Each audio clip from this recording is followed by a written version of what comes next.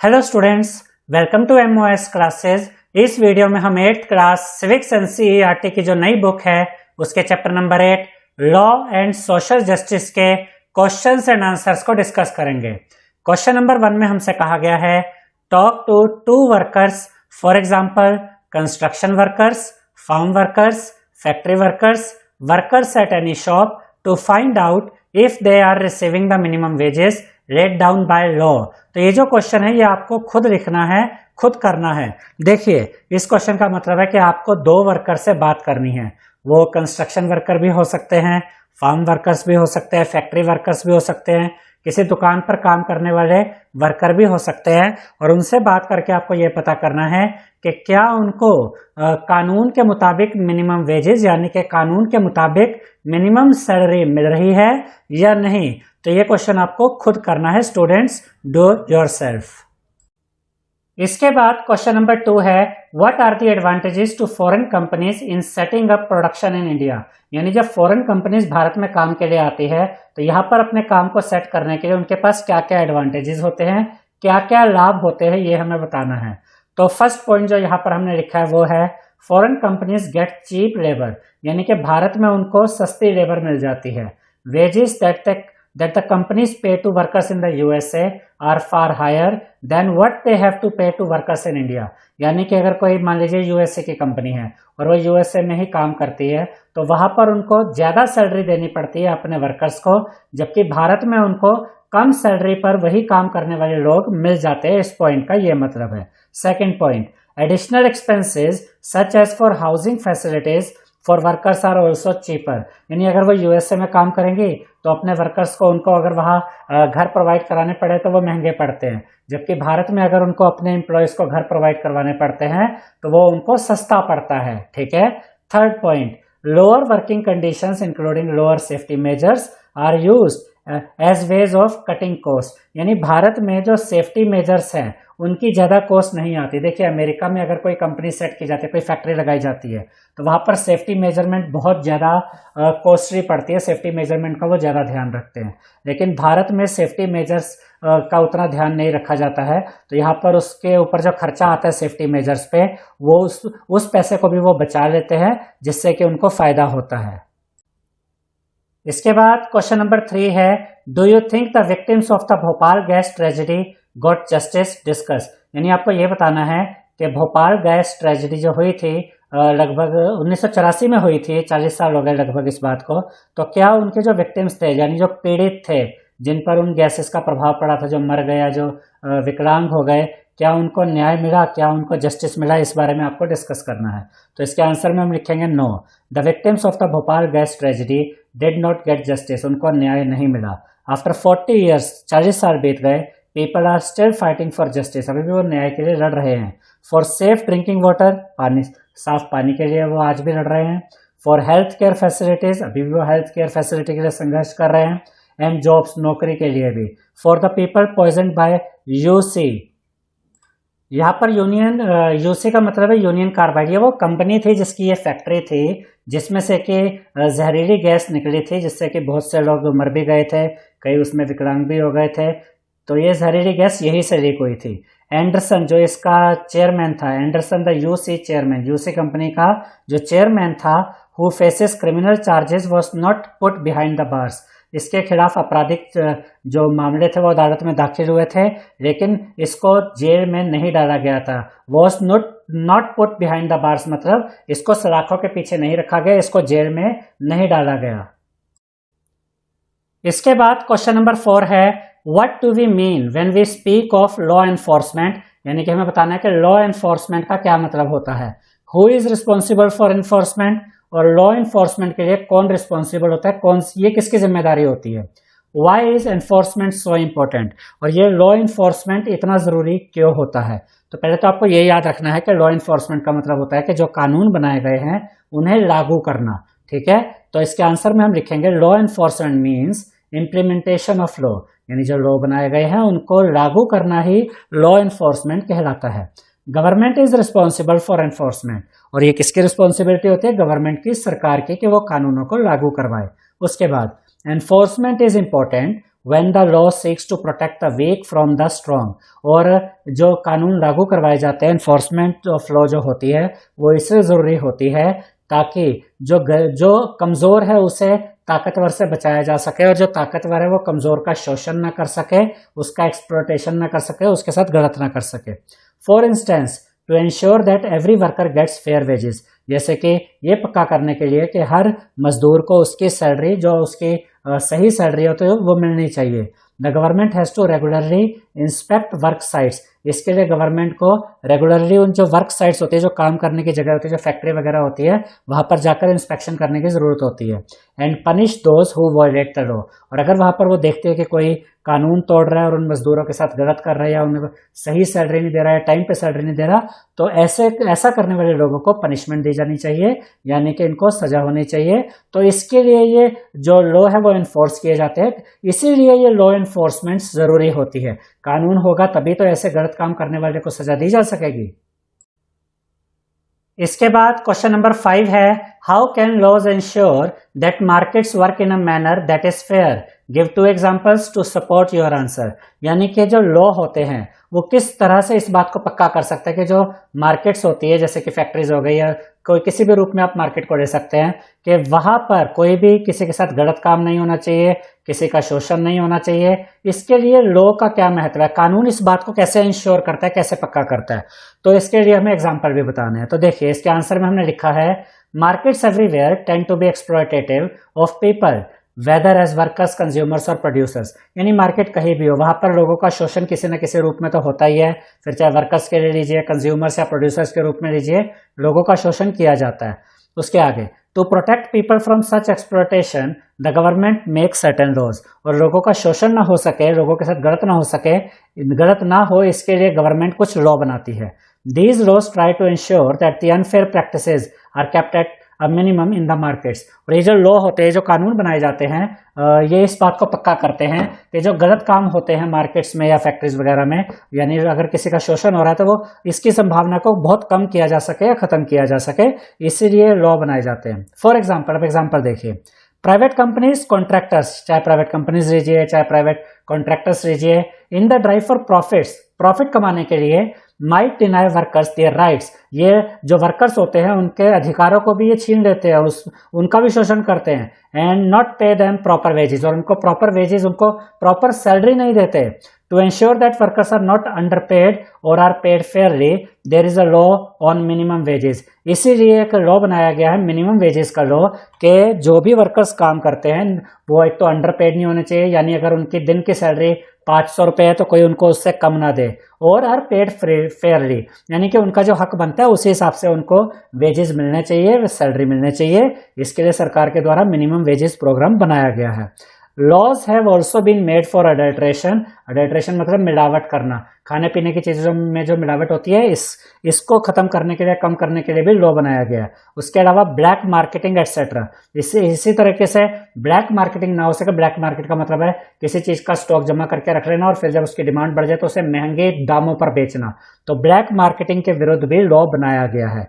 ठीक है, तो इस तरीके से हमने देखा कि कंपनी के द्वारा ऐसे लॉज बनाए गए, जैसे मिनिमम वेजेस लॉ या अडल्ट्रेशन के खिलाफ या ब्लैक मार्केटिंग के खिलाफ, जो कि मार्केट्स में एक्सप्लॉयटेशन को, शोषण को रोकते हैं। इसके बाद क्वेश्चन नंबर 6 है, imagine yourself to be a worker working in a chemical factory, यानी कि कल्पना कीजिए कि आप एक केमिकल फैक्ट्री में वर्कर है, which has received orders from the government to move to a different site 100 kilometres away from the present location.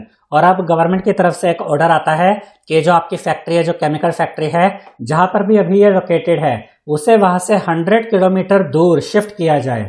Right about how your life would change, तो इससे आपके जीवन में क्या बदलाव आएगा, क्या प्रभाव पड़ेगा, वो आपको बताना है। Read out your response in the classroom, और अपने इस रिस्पॉन्स को क्लास में रीड करके भी दिखाना है। तो यहाँ पर आप अपने तरीके से भी चाहे तो इसके आंसर को लिख सकते हैं। यहाँ पर हमने एक एग्जाम्पल दिया है, देखिए पहला point, timings of getting up from bed change, earlier it was 7 AM, now 5 AM, यानी कि अब आपका सुबह उठने का समय बदल गया है, क्योंकि पहले आपको पास में ही फैक्ट्री थी, वहां जाना पड़ता था, अब आपको 100 किलोमीटर दूर जाना है, तो ऑब्वियस सी बात है कि सुबह आपको जल्दी उठना पड़ेगा। पहले आप 7 बजे उठते थे, लेकिन अब आप 5 बजे उठते, क्योंकि अब आपको दूर जाना है। दूसरा बदलाव क्या आएगा आपके जीवन में, earlier I use to go to factory by bus. पहले मैं बस से ही फैक्ट्री चला जाया करता था क्योंकि फैक्ट्री पास में थी। Now first I catch the train from the railway station. लेकिन अब मुझे क्या करना पड़ता है, पहले रेलवे स्टेशन जाके ट्रेन पकड़नी पड़ती है, ठीक है। देन टेक अ बस टू रीच द फैक्ट्री, और फिर ट्रेन से उतरने के बाद फिर मुझे एक बस भी लेनी पड़ती है और फिर मैं फैक्ट्री पहुंचता हूँ। उसके बाद थर्ड पॉइंट, क्या बदलाव आएगा। Earlier I was able to teach my children in the evening and go to the market to buy vegetables, now I do not have time. पहले क्योंकि फैक्ट्री पास में थी तो आप काम करके घर जल्दी टाइम पर आ जाया करते थे और अपने बच्चों को शाम को पढ़ा दिया करते थे, और उसके बाद आप शाम को मार्केट जाके वेजिटेबल्स भी ले आया करते थे। लेकिन अब इन सब चीज़ों के लिए आपके पास टाइम नहीं है क्योंकि फैक्ट्री दूर है तो घर आने में देर हो जाती है। Fourth point, timing of reaching home has change. अब घर पहुंचने का समय बदल गया है। अर्लियर इट वॉज 7 PM, पहले आप शाम को 7 बजे घर पहुंच जाते थे। Now it is 9:30 PM to 10 PM। अब आपको घर पहुंचने के लिए 9:30 से 10 PM तक का टाइम लग जाता है, यानी कि पहले आप 7 बजे शाम को घर पहुंच जाते थे, अब आप रात के 9:30 से 10 बजे के बीच में घर पहुंचते हैं। तो ये सब बदलाव आ जाएंगे अगर आपकी फैक्ट्री को 100 किलोमीटर दूर शिफ्ट कर दिया जाए। इसके बाद क्वेश्चन नंबर 7 है, write a paragraph on the various roles of the government that you have read about in this unit. यानी इस चैप्टर में गवर्नमेंट के जो अलग अलग काम, गवर्नमेंट के जो अलग अलग रोल्स बताए गए हैं उनके बारे में हमें लिखना है। तो पहला point, one of the most important functions of the government is to ensure that public facilities like water, healthcare, sanitation, electricity, public transport, schools and colleges are made available to everyone। यानी कि government के कुछ जो सबसे important जो functions होते हैं उनको यहाँ पर हमने बताया है कि वो वाटर की सप्लाई सब तक पहुँचनी चाहिए, हेल्थ केयर होना चाहिए सबके लिए, साफ सफाई सबके लिए होनी चाहिए, इलेक्ट्रिसिटी सबके लिए होनी चाहिए, पब्लिक ट्रांसपोर्ट की फैसिलिटी प्रोवाइड कराना गवर्नमेंट की जिम्मेदारी होती है, स्कूल्स और कॉलेजेस सभी के लिए अवेलेबल होने चाहिए, ये गवर्नमेंट के ज़रूरी कामों में आते हैं ये सब चीज़ें। Second point, government present the budget in parliament. Government का ये भी रोल होता है कि गवर्नमेंट को पार्लियामेंट में बजट पेश करना होता है। Third point, government makes the laws and ensure that these laws are enforced. Government की ये जिम्मेदारी होती है कि गवर्नमेंट कानून बनाए और उन कानूनों को लागू भी करे, ये गवर्नमेंट का काम होता है। Fourth point, government ensures that the various fundamental rights guaranteed in our constitution are not violated. यानी कि जो हमारे संविधान में, हमारे कॉन्स्टिट्यूशन में जो कि अधिकार दिए गए हैं, फंडामेंटल राइट्स है, जो हमारे बेसिक जो अधिकार होते हैं जनता के, ये गवर्नमेंट की जिम्मेदारी होती है कि उनका शोषण ना हो पाए, उन अधिकारों को कोई खत्म ना कर पाए, ये गवर्नमेंट का काम होता है। ठीक है। पांचवा point, to control the activities of private companies government makes enforces and uphold laws so as to prevent unfair practices and ensure social justice. यानी कि जो प्राइवेट कंपनीज होती है उनकी एक्टिविटीज को कंट्रोल करने के लिए गवर्नमेंट लॉ बनाती है, उनको लागू करवाती है और उन कानूनों को बनाए भी रखती है ताकि ये जो प्राइवेट कंपनीज होती है यहाँ पर किसी भी तरीके से कोई सोशल अनजस्टिस ना हो पाए और जो वहाँ पर वर्कर्स काम करते हैं उनके साथ कुछ गलत ना हो, उनका शोषण ना हो, उनको जो सही सैलरी है वो मिलने पाए, काम के लिए जो सही कंडीशंस होती है वो सब प्रोवाइड होनी चाहिए। इसके लिए भी जो गवर्नमेंट की जिम्मेदारी होती है कि वो लॉ बनाए और उनको लागू भी करवाए। इसके बाद क्वेश्चन नंबर 8 है, what are the sources of environmental pollution in your areas, discuss with respect to air, b water and c soil. इसका ये मतलब है स्टूडेंट्स कि आपको ये बताना है कि आपके एरिया में एयर पोल्यूशन होने के क्या क्या कारण है वो बताने हैं, वाटर पोल्यूशन के क्या क्या कारण है वो बताने हैं, सॉइल पोल्यूशन के क्या क्या कारण है आपके एरिया में वो बताने हैं। उसके बाद what are the steps being taken to reduce the pollution, और फिर ये भी बताना है कि पोल्यूशन को कम करने के लिए क्या क्या काम किए गए हैं, क्या क्या स्टेप्स लिए गए हैं। उसके बाद एक और पार्ट है, can you suggest some other measures, क्या आप कोई और उपाय, कोई और सोल्यूशन भी बता सकते हैं जिससे कि पोल्यूशन कम हो सके। तो सबसे पहले हम लिखेंगे sources of environmental pollution in our area, यानी हमारे एरिया में जो पोल्यूशन के लिए जो सोर्सेज है, जो उसके लिए जिम्मेदार चीजें हैं वो क्या क्या कारण है जिससे पोल्यूशन हो रहा है। तो पहले एयर के लिए, एयर पोल्यूशन के क्या क्या कारण है, heavy traffic, smoke emitting from the industries, यानी कि जब बहुत जबरदस्त ट्रैफिक होता है, ज्यादा ट्रैफिक होता है, उसकी वजह से भी एयर पोल्यूशन होता है क्योंकि गाड़ियों से धुआं निकलता है। उसके अलावा smoke emitting from the industries, industries से जो स्मोक प्रोड्यूस होता है वो जो स्मोक है वो भी तो एयर पोल्यूशन करता है। तो ये दो कारण हमने बताया जिससे कि एयर पोल्यूशन होता है। फिर वाटर पोल्यूशन किसकी वजह से होता है, और वाटर पोल्यूशन के कारण यहाँ पर हमने लिखे हैं dumping of industrial waste, human and animal waste into the river, यानी कि जो इंडस्ट्रियल वेस्ट होता है उसको क्योंकि पानी में डाल दिया जाता है, इससे भी पानी गंदा हो जाता है। इसके अलावा ह्यूमन और एनिमल वेस्ट भी रिवर्स में डाल दिया जाता है, जिसकी वजह से पानी गंदा हो जाता है। अब देखते हैं कि सॉइल पोल्यूशन किसकी वजह से होता है। Conversion of agricultural land into residential areas, यानी कि जो एग्रीकल्चर लैंड है उसको जब रेजिडेंशियल एरियाज में बदल दिया जाता है तो इससे भी सॉइल पोल्यूशन होता है। एक्सेसिव यूज ऑफ पेस्टिसाइड, जरूरत से ज्यादा पेस्टिसाइड्स का यूज करने से भी सॉइल पोल्यूशन होता है। डिफॉरेस्टेशन, जंगलों को काटने से सॉइल पोल्यूशन होता है। Excess of construction work such as roads, building etcetera, roads और बिल्डिंग्स बहुत ज्यादा मात्रा में बनाई जाती है, इससे भी सॉइल पोल्यूशन होता है। इसके बाद अगला पार्ट जो हम सोल्व करेंगे वो है, उसका आंसर है steps taken to reduce the pollution, यानी क्या क्या स्टेप्स लिए गए हैं पोल्यूशन को कम करने के लिए। पहला point, afforestation to reduce soil erosion, यानी कि ज्यादा से ज्यादा पेड़ उगाए जा रहे हैं जिससे कि सॉइल एरोजन को रोका जा सके। सॉइल एरोजन होता है मिट्टी का अपनी जगह से हट जाना, लेकिन जब बहुत ज्यादा संख्या में पेड़ उगाए जाते हैं तो पेड़ क्या करते हैं, पेड़ों की जो जड़ें होती है, जो रूट्स होती हैं, ये मिट्टी को होल्ड करके रखती है, पकड़ के रखती है, जिससे कि सॉइल एरोजन नहीं होता, मिट्टी अपनी जगह से नहीं हटती। ठीक है, तो ये अच्छा रहता है मिट्टी के लिए, इससे सॉइल पोल्यूशन नहीं होता। Second point, CNG buses have been started to reduce air pollution, CNG buses चलने से एयर पोल्यूशन में कमी आई है, क्योंकि जो सीएनजी होती है ये पोल्यूशन नहीं करती।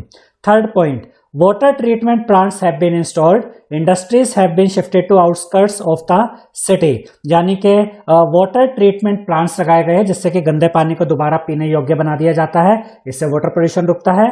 उसके अलावा इंडस्ट्रीज को शिफ्ट कर दिया गया है शहरों के बाहर, जिससे कि क्या होता है कि इससे भी पानी जो है वो गंदा नहीं होता। देखिए, जब ये वाटर को साफ कर दिया जाएगा, वही पीने योग्य हो जाएगा, तो गंदा पानी रिवर वगैरह में नहीं जाएगा, जिससे कि पानी गंदा नहीं होगा। और इंडस्ट्रीज का वेस्ट भी अगर नदियों से दूर कर दिया जाए इंडस्ट्रीज को, तो वहां पर भी वो जो वेस्ट है वो नदियों में नहीं आने दिया जाएगा अगर, तो फिर उससे पानी खराब नहीं होगा।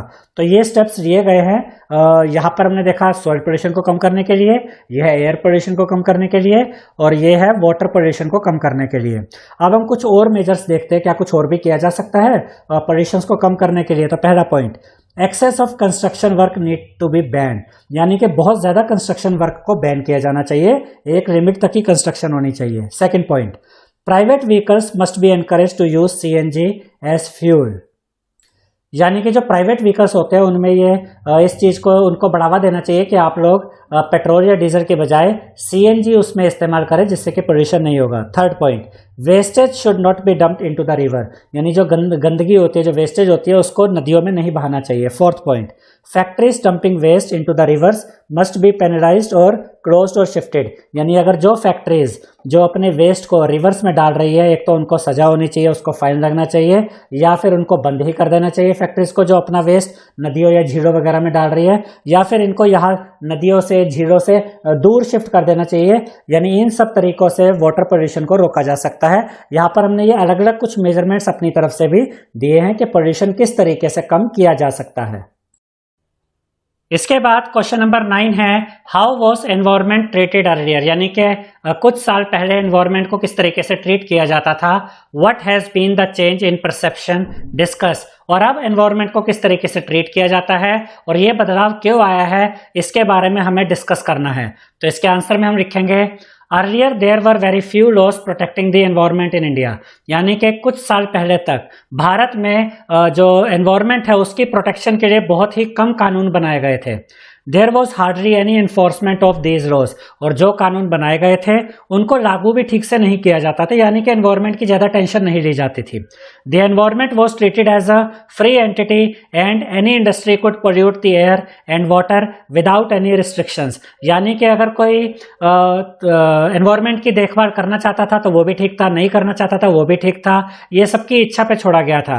और अगर कोई इंडस्ट्री एयर पोल्यूशन या वाटर पोल्यूशन करती थी तो उसके लिए भी कोई रिस्ट्रिक्शंस, कोई पनिशमेंट नहीं होते थे।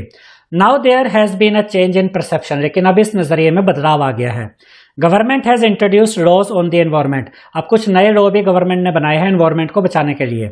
The polluter is to be held accountable for damage done to environment, अब अगर कोई किसी भी तरीके का पोल्यूशन क्रिएट करता है तो उसके लिए उसको अकाउंटेबल, उत्तरदायी ठहराया जाता है और उसको उसके लिए पनिशमेंट भी दी जा सकती है। The courts have also given a number of judgments upholding the right to a healthy environment as intrinsic to the fundamental right to life.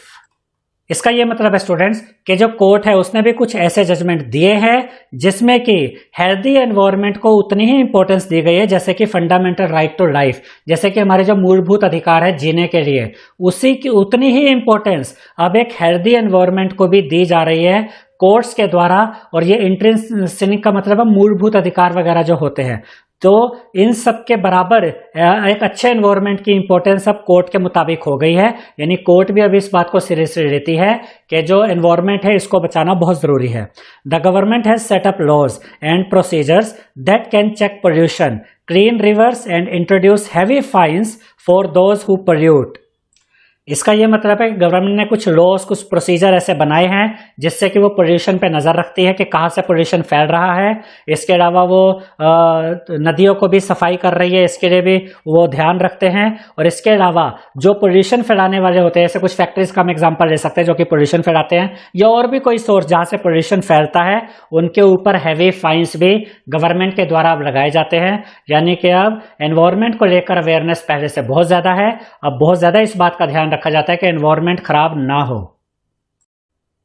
इसके बाद क्वेश्चन नंबर 10 है, what do you think the famous cartoonist R K Laxman is trying to convey in this cartoon. यानी कि इस cartoon के द्वारा जो famous cartoonist R K Lakshman है वो क्या मैसेज कन्वे करना चाहते हैं, वो क्या मैसेज देना चाहते हैं, ये हमें बताना है।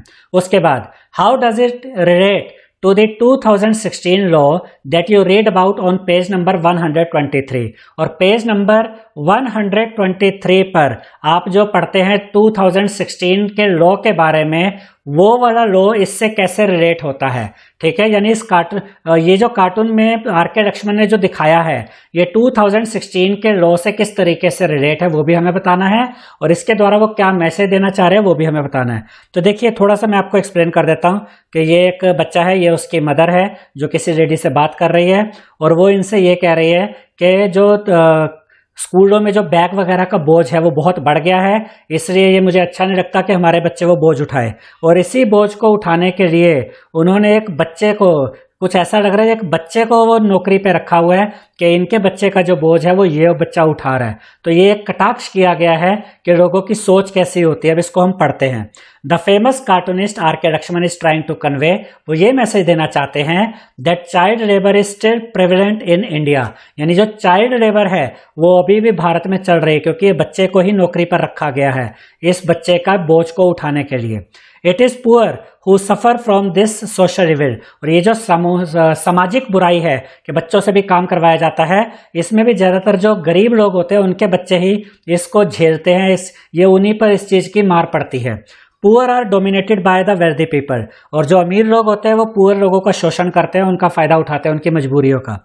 In the cartoon the female has sympathy for her child equally cruel for another poor child. अब इस कार्टून में क्या हुआ है कि ये जो फीमेल है, ये जो लेडी है, इसको अपने बच्चे के लिए तो सहानुभूति है कि मेरे बच्चे के लिए बहुत गलत है कि वो इतना बोझ उठाए, लेकिन वो इस बच्चे के प्रति उतनी ही क्रूर है, उतनी ही निर्दयी है, और अपना बच्चे का सारा बोझ उन्होंने इसके ऊपर डाल रखा है।